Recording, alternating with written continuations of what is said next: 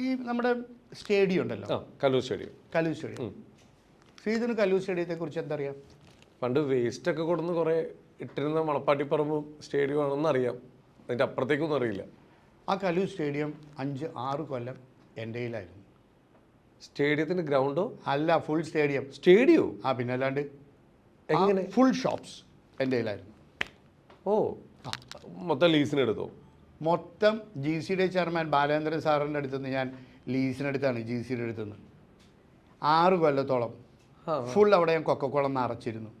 എൻ്റെ ഒരു 10-25 ലോറിയും അതിൽ എൻ്റെ സാമ്രാജ്യമായിരുന്നു. ഗോഡൗൺ പോലെ ആക്കി എടുത്തോ അവിടെ? ഇപ്പം നിങ്ങൾ കാണുന്ന പറയണ ഷോപ്പ് സിറ്റിലിക്കടൊക്കെ ഇല്ലേ, അന്നുമില്ല, അത് മുഴുവൻ എൻ്റെ ആയിരുന്നു.